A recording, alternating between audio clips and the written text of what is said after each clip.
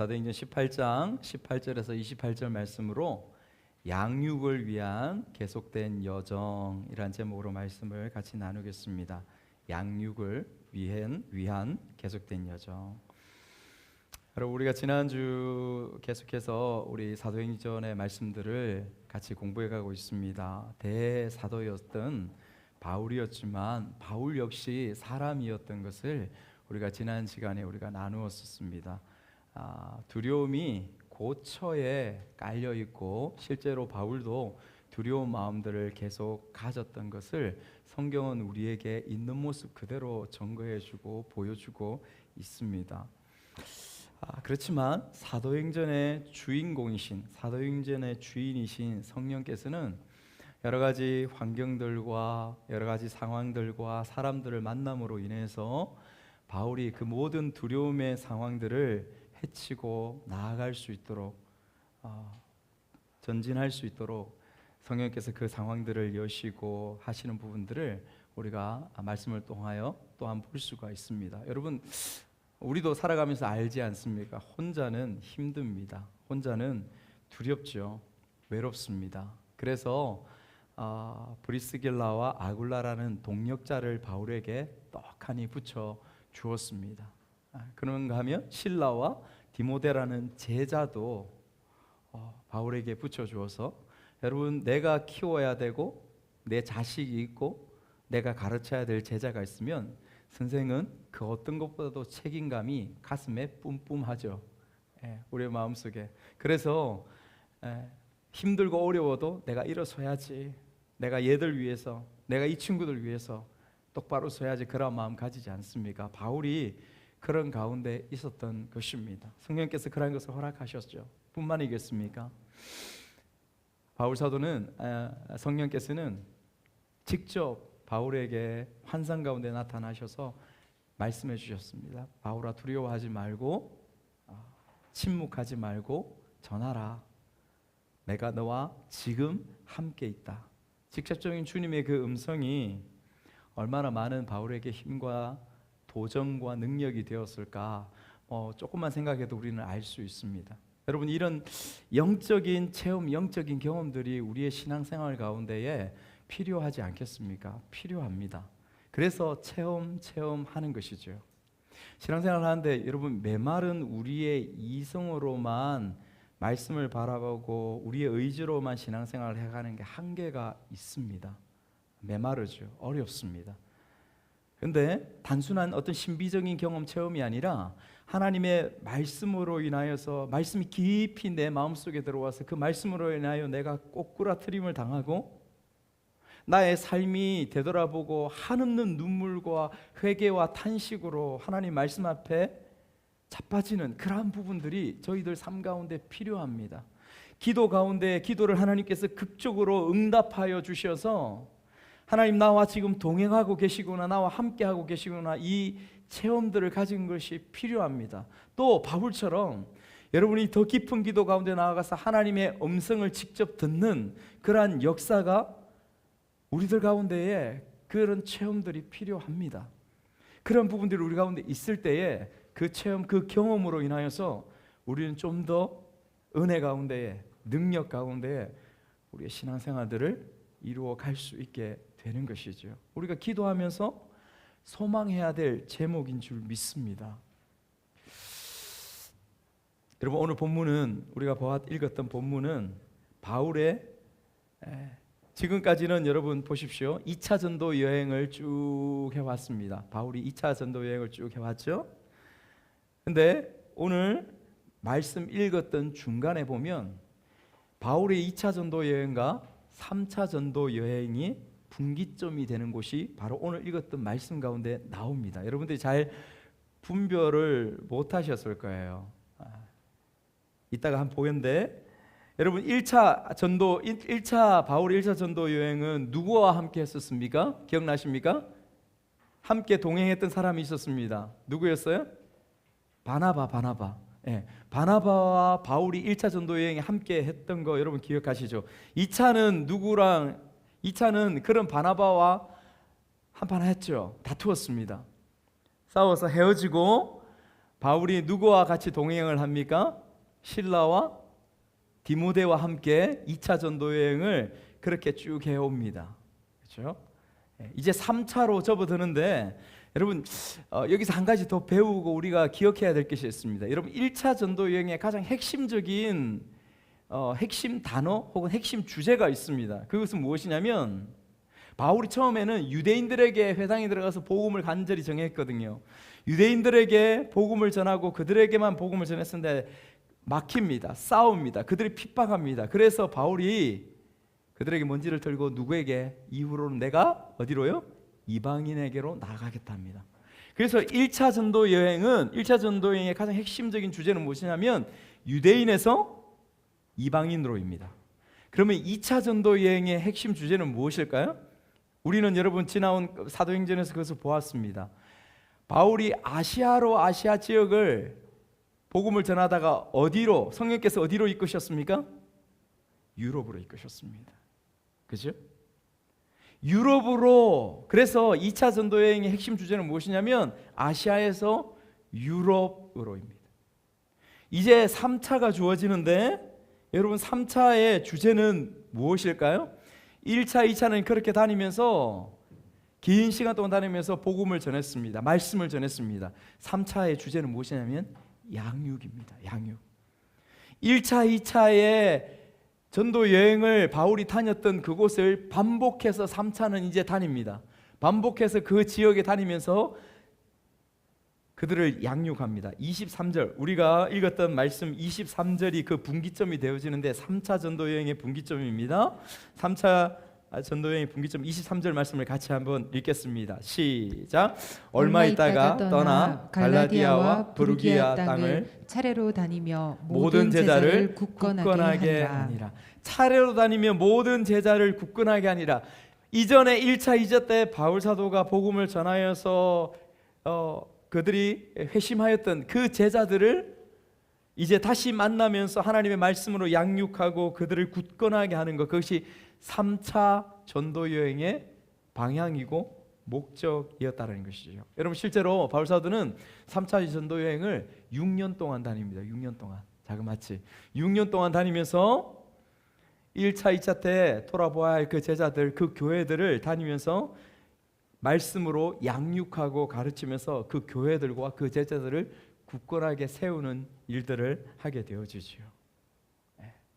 여러분 이제 오늘 본문을 한번 순서대로 한번 살펴보려고 합니다. 여러분 오늘 본문 18절 말씀을 읽었었는데 18절 말씀을 여러분 눈여겨 한번 보시면 좋겠습니다. 18절 말씀에 바울이 고린도에서 교회를 세우고 수리아를 거쳐서 갱그리아에 도착했다고 했습니다. 그곳에서 그 갱그리아라는 곳에서 서원 때문에 머리를 기르고 있었겠죠. 서원 때문에 머리를 쭉 기르고 있다가 바울 사도가 그 갱그리아에서 뭐라고 합니까? 머리를 깎았다. 그렇게 말하고 있습니다. 여러분 하나님께 드리는 서원이라는 것은 어떤 것일까요? 서원이 무엇일까요? 서원은 약속이죠. 내가 하나님 앞에 약속하는 것입니다. 서원을 신약에 와서 하나님께서 서원을 잘 하지 말라고 하십니다. 왜냐하면 우리가 연약하여서 그 서원한 것을 잘 지킬 수 없기 때문에 그렇습니다. 맹세도 마찬가지고. 여러분 머리를 깎았다는 것은 나시린의 서원을 한 거예요. 머리를 기르다가 소원이 있었겠죠. 여러 가지 복음을 전하는 이 지역 저 지역 다니면서 바울이 때로는 복음이 전하여지지 않고 때로는 사람들이 핍박하고 때로는 교회가 세워지지 않고 마음대로 되지 않으니까 하나님 앞에 서원하는 그런 부분들이 있었지 않겠습니까? 때로는 신학자들은 또 그렇게 봅니다. 몸이 너무도 연약하니까, 육신이 연약하니까 하나님 복음을 전함에 그 몸이 건강해져야 되겠습니다. 그러면서 하나님 앞에 건강케 하시면 하나님 이렇게 제가 그대로 행하겠습니다. 그러한 서원의 기도를 하나님 앞에 드렸지 않을까 그렇게 추측하는 것이죠. 무슨 내용으로 했는지는 정확하게 알 수가 없습니다. 여러분 우리도 서원합니까? 여러분 기도하실 때 하나님 앞에 서원하면서 기도합니까? 우린 종종 서원을 하면서 기도합니다. 그런데 조심해야 됩니다. 여러분 우리가 기도할 때 하나님 이거 응답해 주시면요, 이거 이루어 주시면 제가 이렇게 하겠습니다. 여러분 그것은 서원과 같은 기도예요. 근데 하나님께서 그렇게 이 기도의 방법들, 이런 모습들을 그렇게 기뻐하지 않으십니다. 기도는 그런 게 아니에요. 하나님과 딜하는 것이 아닙니다. 그렇게 가지고 지키는 법이 잘 없습니다. 오히려 시험에 빠지지요. 바울 사도가 왜 서원은, 여러분 서원은 구약의 부분들 아닙니까? 라고 생각할 수 있습니까? 그럼 바울 사도는 이방인들이 구원을 위하여서 할례 받는 것을 받지 못하게 하였습니다. 율법을 지키는 것을, 엄격하게 지키는 것을 지키지 못하도록 그렇게 하였습니다. 그러면 바울 사도가 지금 위선하는 것 아닙니까? 라고 이야기할 수 있습니다. 그런데 그렇지 않습니다. 여러분, 바울 사도는 우리가 아는 것처럼 유대인이에요. 유대인이기 때문에 그는 구약에 주어진 그 구약의 말씀, 그 율법을 하나님의 말씀으로 그대로 받았습니다. 그러나 단 이방인들의 구원들, 이방인뿐만 아니라 모든 사람의 구원을 위하여서 그 전제 조건으로 율법을 지켜야 된다, 할례를 행해야 된다, 이 부분에는 결코 동의할 수 없었던 것이지, 구약의 율법과 하나님의 말씀 자체를 버리고 업신여기고 했던 것은 결코 아닙니다. 그래서 그렇기 때문에 우리 또한 율법과 구약의 말씀들을 하나님의 말씀으로 그대로 받으면서 순종하고 지키며 나아갈 때 하나님의 은혜와 복이 우리 가운데 있는 것입니다. 여러분, 마태복음 5장 17절에서 18절 말씀은 예수님이 그 구약의 말씀에 대해서 이렇게 말씀하십니다. 우리 같이 한번 읽겠습니다. 시작. 내가 율법이나 선지자를 폐하러 온 줄로 생각하지 말라. 폐하러 온 것이 아니요 완전하게 하려 함이라. 진실로 너희에게 이르노니 천지가 없어지기 전에는 율법의 1.1획도 결코 없어지지 아니하고 다 이루리라. 아멘. 아멘. 이 율법에 붙잡혀 가지고 하나님을 발견하지 못하는 어리석은 그 부분에 대한 것이 문제이지, 율법의 말씀 자체는 하나님의 말씀입니다. 중요한 거예요. 바울이 그것을, 주님이 그것을 말씀하고 있는 것입니다. 여러분, 브리스길라와 아굴라가 18절 말씀 계속 봅니다. 브리스길라와 아굴라가 동행하죠. 우리 지난 주일에 이 두 분에 대해서 같이 좀 살펴보았는데, 여러분 굉장히 멋지다 생각이 안 듭니까? 굉장히 멋진 분들이에요. 이 두 분은 부부입니다. 부부예요. 정말 멋지다는 생각이 저는 들어집니다. 여러분, 여행을 여러분들이 많이 해보셨을 거예요. 배낭여행을 해보셨는지 모르겠는데, 혼자 여행을 이렇게 외국을 다녀보면 혼자 여행할 때 자유롭고 좋은 것도 있지만은 때로는 옆에 누가 있으면 좋겠다라는 생각이 들 때가 굉장히 많이 있습니다. 때로는 외롭고요, 때로는 말 붙일 동무가 있으면 좋겠고, 어려움을 당했을 때는, 힘듦을 당했을 때는 누군가 도와줄 수 있는 사람이 있으면 좋겠다, 이것을 많이 느끼고 경험합니다. 그런데 지금 바울이 여행을 하는 것은 단순한 개인의 여행이 아닙니다. 복음을 위한 여정이죠. 그 여정 가운데는 힘듦과 어려움, 위험들이 있다는 것을 우리가 말씀을 통하여 보아왔습니다.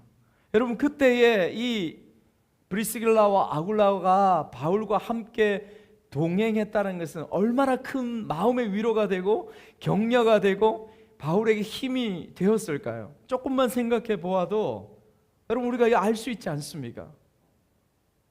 지금 바울이 그런 가운데 있었던 겁니다.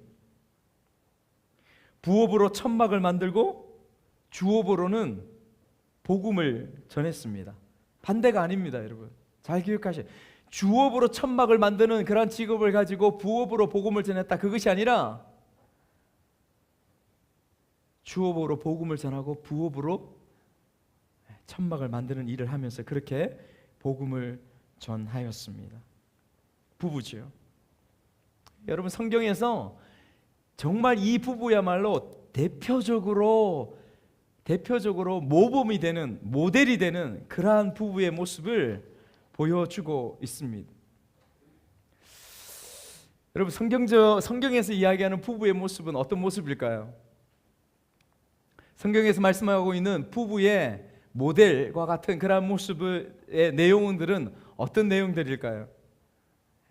우리가 보통 여러분 주례 결혼식 할 때 주례석에 여러분 많이 가셔서 주례하신 것을 많이 들으셨을 것입니다. 그때에 목사님들이 그런 주례를 하십니다. 성경에서 말하는 부부라는 것은 신랑 신부가 함께 마주보는 것이 아니라 함께 마주보아 손을 맞잡고 한 곳을 바라보는 것이 부부입니다라는 이야기를 여러분들이 많이 들으셨을 것입니다. 예, 이것이 부부입니다. 세상에서는 신랑과 신부가 서로를 맞잡고 함께 바라보라고 합니다. 그러나 성경에서는 서로 맞잡아 함께 손을 잡고 하나가 되어서 한 곳 예수 그리스도를 바라보는 것이 부부라고 이야기를 하고 있습니다. 그렇게 말씀하고 있습니다.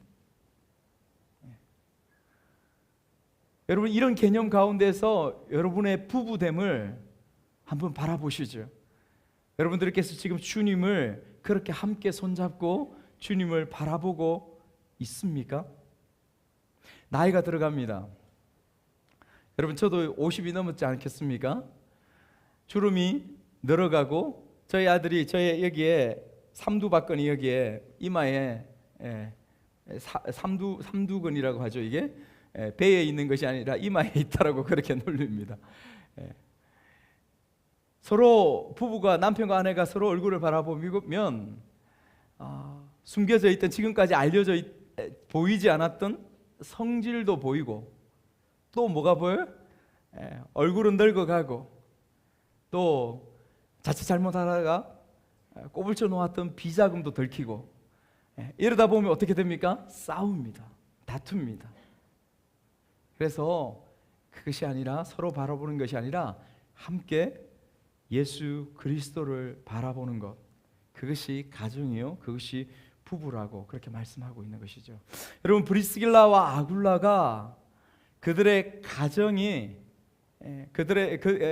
바울과 동행하면서 이들의 삶이 하나님 앞에서 어떻게 서 있었는가, 오늘 좀 더 이 부부가 오늘 좀 더 구체적으로 말씀해 주는 부분들을 한번 살펴보려고 합니다. 여러분, 브리스길라와 아굴라 그들의 그 가정이, 그들의 집이, 그들의 가정이 교회가 되었다라고 말씀하고 있습니다. 그것도 한 번이 아니라 두 번입니다. 여러분, 고린도전서 16장의 말씀을 한번 찾아보겠습니다. 고린도전서 16장 19절 말씀입니다. 같이 한번 읽을까요? 시작. 아시아의 교회들이 너희에게 문안하고 아굴라와 브리스가와 그 집에 있는 교회가 주 안에서 너희에게 간절히 문안하고. 아굴라와 브리스가와 그 집에 있는 교회가 문안하고, 무슨 말입니까? 여러분, 지금 이 말씀이 고린도전서 말씀이지 않습니까? 이 고린도전서 말씀은 어디에서 기록되었냐면 에베소에서 바울 사도가 기록한 말씀입니다. 에베소에서 바울이 3년 동안 가르치고 양육하면서 그곳에서 고린도에 편지를 보내었던 것입니다. 그때에 이 말씀을 한 거죠. 그때에 아굴라와 브리스가 그 집에 있는 교회가 너희들에게 문안한다. 무슨 말이냐면 이 에베소에 브리스길라와 아굴라가 있으면서 그 집이 교회가 되었다라고 하는 것입니다. 초대교회 가정이 교회가 되었다는 것을 우리가 이미 알고 있지 않습니까? 여러분, 중요합니다. 우리의 가정 또한 교회가 되어야 합니다. 내가 교회고 우리의 가정이 교회가 되어야 하는 것이죠. 여러분, 21세기 지금 현재 대한민국의 교회들은 심각한 문제 가운데 있습니다. 큰 교회로 지금 우리처럼 이렇게 모여서 교회를 모입니다. 그러나 이런 교회의 형태로, 이런 교회의 모습으로는 앞으로 믿지 않는 저 교회에 대해서 부정적으로 그렇게 생각하는 저 사람들에게 예수 그리스도의 은혜와 사랑에 대해서 증거하고 교회가 이런 곳이다, 사랑이 이런 곳이다 증거할 수 있는 그러한 모습이 될 수 없는 것 같이 느껴집니다. 한계가 있습니다. 그러면 어떻게 될까요? 우리의 가정에서, 우리의 집에서, 내 이웃에게, 내 친구에게 우리의 가정을 자연스럽게 올 수 있지 않습니까? 그 친구들이 집을 방문하고 가정에 방문하고 차를 대접하고 음식을 대접하고 그곳에서 복음을 전하고 그곳에서 함께 그렇게 한 가정, 두 가정, 세 가정 모이면서 예배가 드려지고 누가 예배를 인도해요? 여러분들이 예배 인도하는 것이죠. 여러분들이 말씀을 나누고 같이 기도하고 예배를 인도하는 것입니다. 여러분, 그것이 초대교회의 교회의 모습이었어요. 가정교회의 모습입니다. 오늘 이 시대 가운데, 대한민국 가운데서, 아니 전 세계 가운데서 교회를 이 다시 영적인 부흥이 일어나기 위해서 꼭 필요한 것은 무엇이냐면 이 모습이라고 저는 생각합니다. 그렇게 믿어요. 우리 기쁜 우리 교회가 우리가 모일 때는 그렇게 모이지만 우리의 가정 가운데서 그러한 역할들을 감당할 수 있는 그러한 역동적인 가정교회로 세워지기를 바라고 소망하는 것이죠. 진짜 교회의 모습입니다, 여러분. 진짜 교회.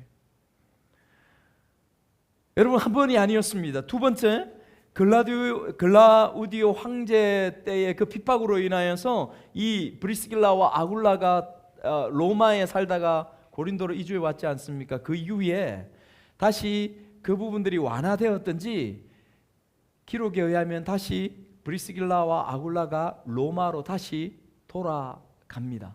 로마로 다시 돌아가서 그 로마에서 어떤 역할을 하냐면 로마에서 또다시 교회를 세웁니다. 로마서 16장 3절에서 5절 말씀 우리 한번 읽어보겠습니다. 로마서 16장 3절에서 5절 말씀 시작. 너희는 그리스도 예수 안에서 나의 동역자들인 브리스가와 아굴라에게 문안하라. 그들은 내 목숨을 위하여 자기들의 목까지도 내놓았나니 나뿐 아니라 이방인의 모든 교회도 그들에게 감사하느니라. 또 저의 집에 있는 교회에도 문안하라. 내가 사랑하는 에베네도에게 문안하라. 그는 아시아에서 그리스도께 처음 맺은 열매니라. 아멘.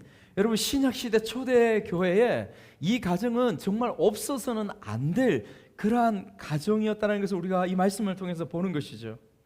또 저희 집에 있는 교회에도 문안하라. 바울이 아니라 로마로 돌아왔습니다.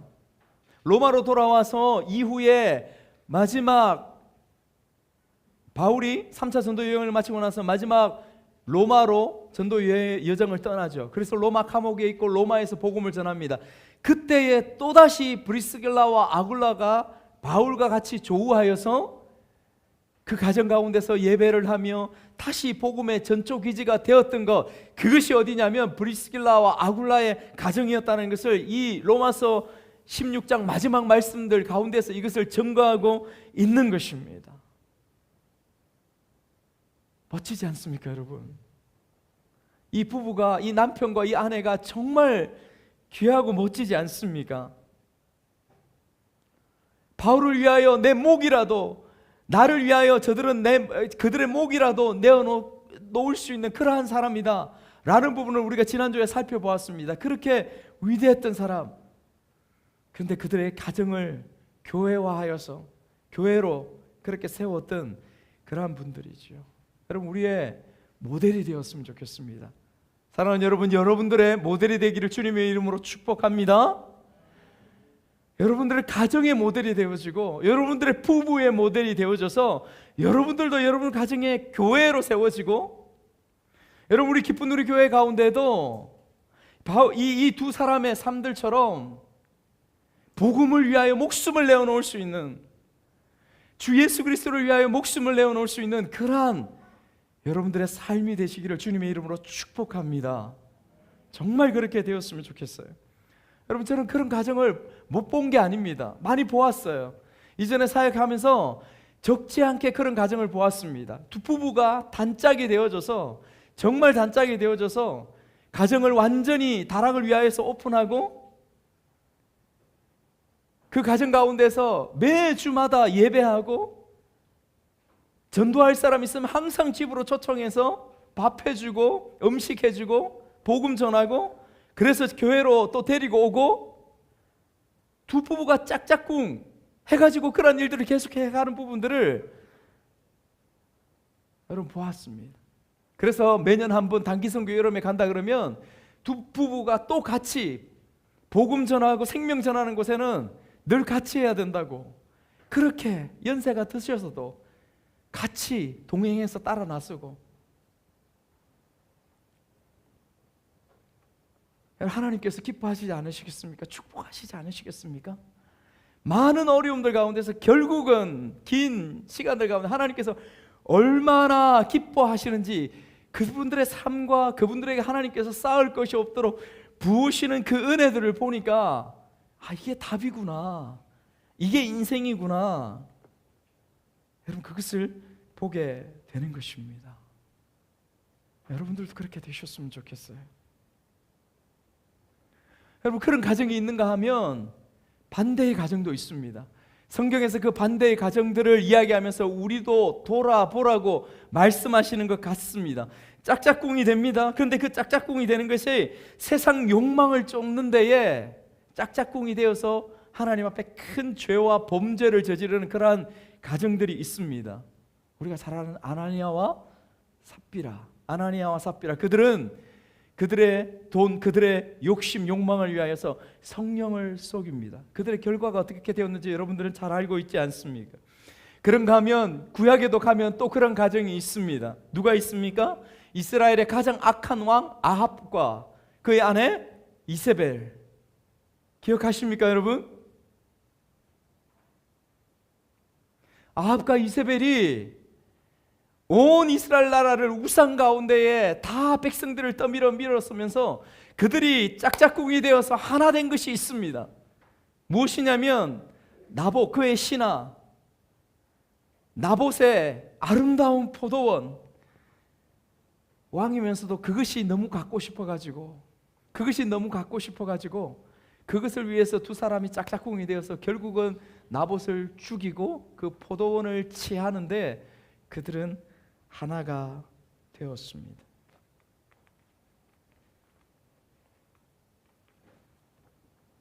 우리가 돌아봐야 됩니다. 나도, 우리의 가정도, 여러분 부부도 하나가 되어서 나간다면 무엇에 하나가 되어 서 있는지 여러분 돌아보아야 될 부분들이죠. 바울은 에베소에 들어가서 여러분 회당에서 변정합니다. 사람들이 더 오래 있기를 청하죠. 말씀을 들으니까 너무도 좋고 뭔가 귀에 들려지고 깨달아지는 부분들이 있어서 더 오래 있기를 간절히 청합니다. 그런데 바울 사도가 어떻게 하였다라고 말씀하고 있습니까? 여러분 21절 보시면 20절 보시면 20절 보십시오. 더 오래 있기를 청하되 허락지 아니하고, 아주 단호하게 거절합니다. 그리스도에게는 이런 부분들이 필요합니다. 때로 분명하지 않고 끊어야 될 자리는 분명히 끊는 부분들이 필요하고 맺어야 될 자리는 분명히 맺는 부분들이 필요합니다. 그러면서 바울 사도 21절을 여러분 한번 보십시오. 21절을 보면 뭐라고 이야기하면 만일 하나님의 뜻이면 너희에게 돌아오리라 이렇게 합니다. 만일 하나님의 뜻이면 내가 다시 돌아오리라. 여러분 그 말씀처럼 이후에 바울이 에베소에 다시 돌아옵니다. 바울이 돌아와서 3년 동안이나 그들과 함께 하면서 말씀을 가르치고 양육하는 그런 시간들 가운데 나아가게 되어지죠. 여러분 여기서 말씀하시는 하나님의 뜻을 한번 생각해 보았으면 좋겠습니다. 하나님의 뜻, 우리는 어떻게 분별하고 있습니까? 여러분은 어떻게 하나님의 뜻에 대해서 여러분 분별하고 있습니까? 여러분 하나님의 뜻을 분별하는 게 쉽습니까? 어렵습니까? 다시 한번 여쭙겠습니다. 하나님의 뜻을 분별하는 게 쉽습니까? 어렵습니까? 어렵습니다. 어려워요. 우리가 어렵다고 느낍니다. 그러면 어려운 거예요. 어렵습니다. 저도 헷갈리고 잘 모를 때 너무 많아요. 실수할 때도 많고요.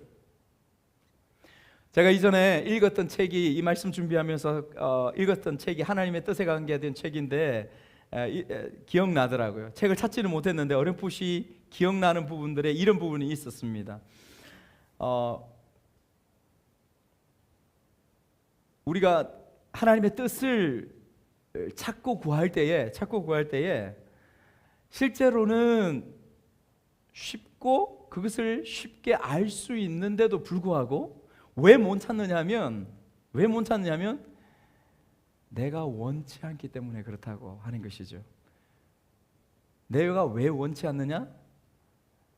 내가 생각했던 뜻대로 되어지지 않고 내 유익이 그렇게 행동했을 때, 내가 그렇게 결정하여 나갔을 때에 나에게 유익이 없는 것 같고, 내가 그렇게 결정해서 그곳에 나아갈 때에 편한 곳이 아니에요. 불편한 곳이에요. 그런데 내 마음속에는 그 부분에 부담이 있고 그곳에 나가야 할 것 같고 그곳에 서야 할 것 같은 그 마음이 우리 깊숙한 곳에 있음에도 불구하고 우리는 끊임없이 기도합니다. 하나님 앞에 요구하죠. 땡깡 부립니다. 하나님 뜻을 달라고, 뜻을 달라고. 근데 실제로는 하나님 뜻은 분명하게 주어져 있음에도 불구하고 내게 유익이 없고 내가 편하지 않고 내가 원치 않기 때문에 끝까지 땡깡 부리고 있다라고 하는 것을 제가 읽었던 기억이 납니다.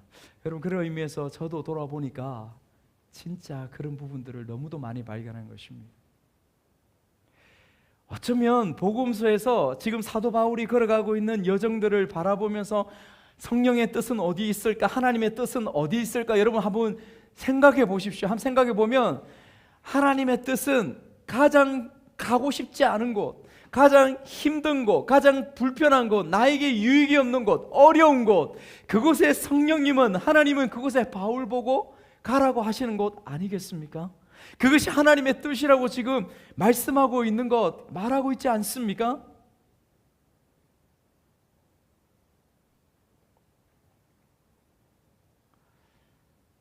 우리가 영적으로 더 하나님 앞에 더 깊어지고 더 나아가면 우리가 이런 부분들에 대해서 고민하고 생각해야 돼요. 그래야 하나님을 알 수 있습니다. 제가 이 부분들을 이런 측면에서 한 가지 떠오른 게 있었습니다. 뭐냐면 여러분들도 아마 인터넷이나 여러분 글들 가운데서 이 부분들을 보셨을 텐데, 저희 고향 거창에 가면 거창 고등학교가 있습니다. 자사고인데 굉장히 유명한 크리스찬 학교죠. 기독교 철학으로 가고 그렇게 세워졌습니다. 그곳에 4대 네 번째의 그 교장 선생님이셨던 전성은 교장이라는 분이 그 제자들을 위해서 직업 선택의 10계명을 학생들에게 가르친 일이 있고, 그것이 이 학교의 교훈이 되었습니다. 여러분들 많이 읽어보셨을까요? 앞에 한번 보여주시겠습니까? 직업 선택의 10계. 얘들아, 너희들은 나중에 나아가면 이러한 곳을 선택해라 라고 교장 선생님이 가르쳤습니다. 첫 번째, 우리 같이 한번 읽어볼까요? 하나, 월급이 적은 쪽을 택하라. 둘, 내가 원하는 곳이 아니라 나를 필요로 하는 곳을 택하라. 셋, 승진의 기회가 거의 없는 곳을 택하라. 넷, 모든 조건이 갖추어진 곳을 피하고 처음부터 시작해야 하는 황무지를 택하라. 다섯, 앞을 다투어 모여드는 곳은 절대 가지 마라. 아무도 가지 않는 곳으로 가라. 여섯, 장래성이 전혀 없다고 생각되는 곳으로 가라. 일곱, 사회적 존경 같은 건 바라볼 수 없는 곳으로 가라. 여덟, 한가운데가 아니라 가장자리로 가라. 아홉, 부모나 아내나 약혼자가 결사 반대하는 곳이면 틀림이 없다. 의심치 말고 가라. 열, 왕관이 아니라 단두대가 기다리고 있는 곳으로 가라. 여러분, 전체 내용의 핵심이 무엇입니까? 불편한 곳, 내게 어려운 곳, 내게 조금도 유익이 없는 곳, 힘든 곳, 가고 싶지 않은 곳, 보고 싶지 않은 사람, 그곳에 가라고 전체가 그렇게 말하고 있는 것입니다. 기자들이 이후에 교장 선생님에게 물었습니다. 어떤 의미에서 이 부분들을 했습니까? 그분이 여러 말들 가운데 핵심적으로 이 말을 남깁니다. 나를 위해 사는 것이 아니라 다른 사람을 위해서 사는 것이 인생이라고 가르치고 싶었습니다. 무엇이 되느냐보다 어떻게 사느냐를 가르치기 위해서 이것을 가르치기 시작했습니다.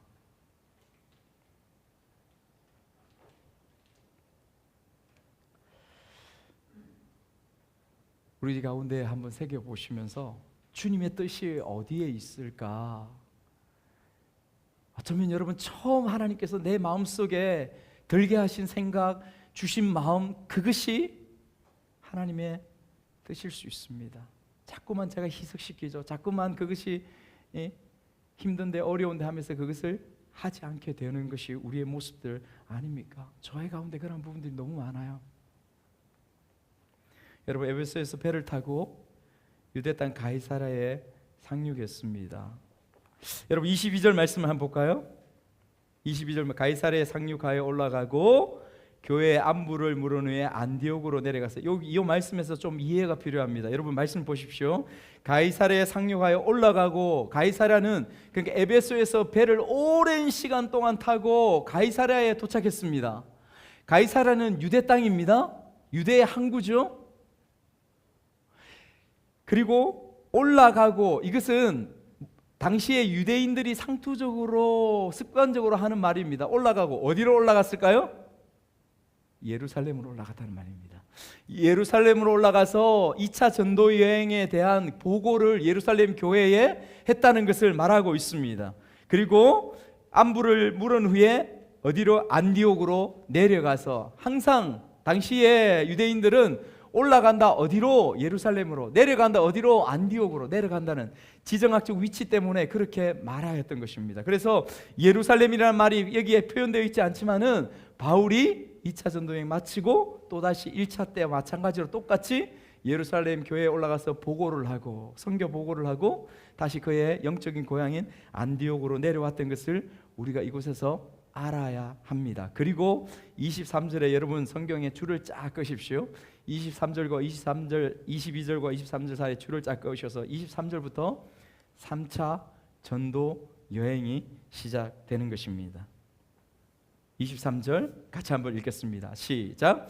얼마 있다가 떠나 갈라디아와 부르기아 땅을 차례로 다니며 모든 제자를 굳건하게 하니라. 아멘. 모든 제자를 굳건하게 하니라. 여러분, 여기서 모든 제자를 굳건하게 하니라의 그 내용, 그 양육의 내용이 바로 24절부터 28절에 예로, 한 중요한 예로 주어져 있는 것이 바로 이 말씀입니다. 이해가 가시겠죠?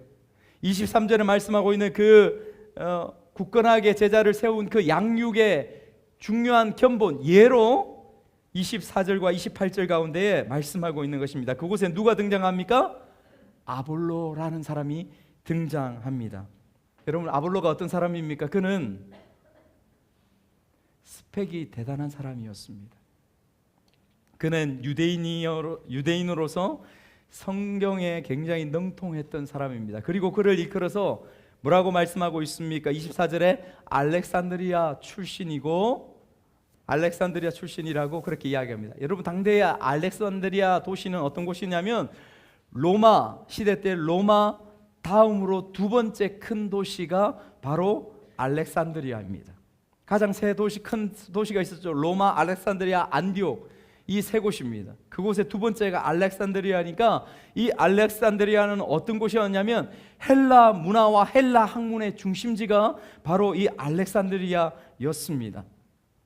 그래서 이 아볼로는 그 출신인지라 언변이 좋다, 똑똑하다, 말을 잘했다, 말의 언어에 능통했다. 여러분, 그런데 언변이 좋았다라는 이 말을 당대에 어떤 의미냐면 헬라 학문 가운데의 그 수사학과 변정학들을 다 마스터했다라는 그러한 의미입니다. 그 과정들을 다 마스터하고 언변이 그만큼 좋았다. 무엇을 이야기합니까, 여러분? 오늘로 이야기하면 이 아볼로의 스펙이 대단했던 사람인 것을 말해주고 있는 것이죠.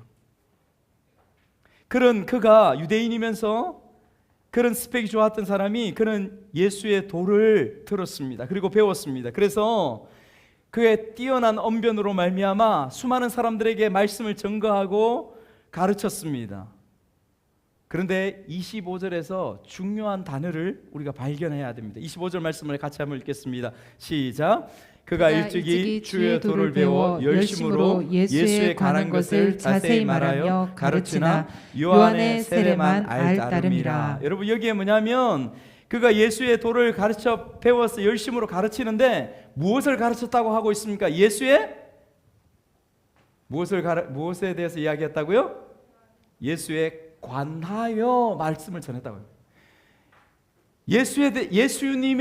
예수님을 전한 것이 아니라 예수의 복음을 전한 것이 아니라 예수에 관하여서 그렇게 전하였다라고 말하고 있습니다. 예수는 없는 것이죠. 예수가 없기 때문에 당연히 예수의 복음은 그곳에 없습니다. 여러분 이 말씀을 이 똑똑한 사람의 설교를 들으면서 그곳에 누가 있었냐면 브리스길라와 아굴라가 있었습니다. 이 브리스길라와 아굴라가 그것을 발견했습니다. 예수에 관해서는 너무도 장황하게, 구약의 말씀에 대해서는 너무도 똑똑하게 뛰어난 언변으로 가르치고 증거하고 있지만은 그곳에 예수에 대한 이야기도 있지만은 예수에 대한 복음은 없어. 예수에 대한 생명은 없어.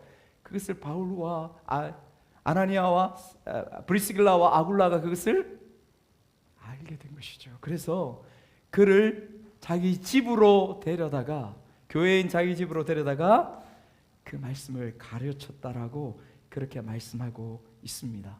여러분 그 가르친 내용이 무엇일까요? 예수의 복음이 무엇일까요? 뒷부분에 그에 대해서도 말씀하고 있습니다. 25절 마지막에 우리가 읽었던 마지막에 그가 요한의 세례만 알따름이라. 여러분 잘 보십시오. 여기서 굉장히 중요합니다. 요한의 세례만 알았던 아볼로였습니다. 나중에 여러분 말씀 보면 아시겠지만은 아볼로의 영향을 받아서 에베소에 있는 성도들이 바울을 만났을 때에 에베소의 성도들이 고백합니다. 우리는 예수의 세례에 대해서 알지 못합니다. 우리는 세례 요한의 세례만 알 뿐입니다. 너희들이 성령을 받았냐? 아니요, 우리는 성령을 받지 않았습니다 라고 이야기합니다.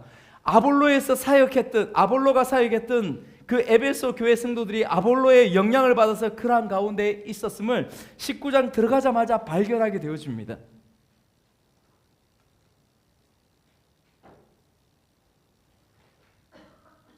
자, 중요한 부분들 한 가지 여러분에게 말씀드리겠습니다.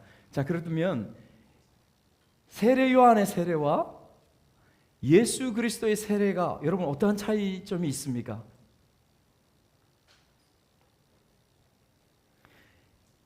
세례 요한의 세례와 예수 그리스도의 세례의 차이점 여러분 한번 생각해 보셨습니까? 세례 요한의 세례는 예수 그리스도로 말미암아 구속 사역이 이미 성취된 것을 믿는 자가 받는 세례입니다. 맞지 않습니까? 예수의 세례를 받는 것은, 예수님으로부터 세례를 받는 것은 오신 메시아 그를 바라보면서 그 메시아를 통하여 구속 사역이 이미 성취된 것을 믿는 사람이 받는 세례입니다. 오늘 우리가 예수님의 이름으로 세례를 받는 그것과 똑같습니다. 그런데 여기서 말하는 세례 요한의 세례는 어떤 것입니까? 단지 그리스도가 오시기를 대망하면서, 아직 왜 세례 요한에서 요단강에서 세례 받던 사람들은 메시아가 오시기를 기다리지만은 그 예수 그리스도를 보지 못했습니다. 만나지 못했습니다. 그래서 예수 그리스도 오시기를 대망하면서 그들의 삶을 그냥 회개하는 차원에서 받는 세례일 뿐이었습니다. 완전히 다른 것이죠. 완전히 다른 것입니다. 다시 말해서 무슨 말이냐면 그리스도를 대망하고 있었지만은 그리스도께서 이미 우리 가운데 오셔서 구속 사역을 성취하셨다는 것과 그 결과로, 그렇게 구속 사역을 성취하셨다는 것, 그 결과로 그것을 믿는 모든 자에게 무엇을 성령으로 선물로 주셨습니까? 성령을, 우리 속에 성령을 선물로 주셨습니다. 그렇죠? 그 성령을 주신 것을, 부어 주신 것에 대해서 알지 못하는 것입니다. 이것이 근본적인 차이점이 에베소 성도들이 그런 가운데에 있었습니다. 그래서 우리가 그 부분에 대해서 여러분 정확하고 똑바로 알아야 하는 것이지요. 아볼로는 스펙이 뛰어났습니다. 정말 총명하고 똑똑하고 언변에 뛰어난 그러한 사람이었습니다. 세상도 스펙을 중요시합니다. 우리 자녀들을 양육하고 우리 교회에서 자녀들을 가르칠 때에 세상은 스펙을 강조합니다. 여러분들 부모님들도 우리 자녀의 스펙을 중요시해서 그것을 강조하여 그것을 위해서 달려갑니다. 그러나 성경은, 그러나 주님은 복음이 중요하다고 합니다. 아무리 스펙으로 모든 것들을 다 가지고 다 채웠다고 할지라도 주님의 복음이 없다면 그것은 아무것도 아니라고 그렇게 말씀하고 있습니다. 무엇을 가르치고, 사랑하는 친구들아, 무엇을 배우며 어떻게 살아야 될지 우리가 결단해야 할 줄 믿습니다. 말씀을 맺겠습니다. 여러분, 우리가 종려주의를 맞이했습니다. 예수님께서 십자가를 위한 마지막 여정을 앞두고 있는 그러한 시간들 가운데 있습니다. 여러분, 우리가 이번 주간 가운데에 수, 목, 금 이 고난주간 특별 집회를 통하여서 예수님의 고난을 묵상하고 그 십자가를 함께 우리 가운데 짊어지고 나아가는 그러한 시간들을 가지고자 하는 마음들이 있습니다. 여러분, 시간을 내십시오. 마음을 들이십시오. 그리고 여러분, 브리스길라와 아굴라처럼 주님과 복음을 위한 길에 목숨을 걸 수 있는, 정말 우리의 생명을 걸 수 있는 우리의 여정이 되기를 간절히 바라고 소망합니다. 여러분, 수목금 여러분들 마음속에 그런 마음이 들 거예요. 오면 귀찮고 또 내 시간에 손해보고 피곤하고, 아까 말씀해 보았던 것처럼 남편도 말리고 아내도 말리고 아이들도 말리는 그러한 시간일 수 있습니다. 그런데 아까 우리가 읽었던 부분에 뭐라고 했습니까? 이분들이 말리면 결사 반대하는 곳이면 뭐라고 했습니까? 틀림없다. 의심치 말고 가라. 그렇게 했던 부분, 아까 8번째였습니까? 9번째였습니까? 그렇게 이야기했던 부분 우리가 보았습니다. 여러분, 그렇게 여기시고 그렇게 적용하시고 수목금 여러분들이 다 같이 오셔서 함께 해주시면 좋겠습니다. 그리고 우리가 같이 기도하고 그리고 간절히 나아가서 주님과 함께 동행하는 삶이 어떤 것인지 같이 주님 앞에 서기를 주님의 이름으로 간절히 축복합니다. 아멘.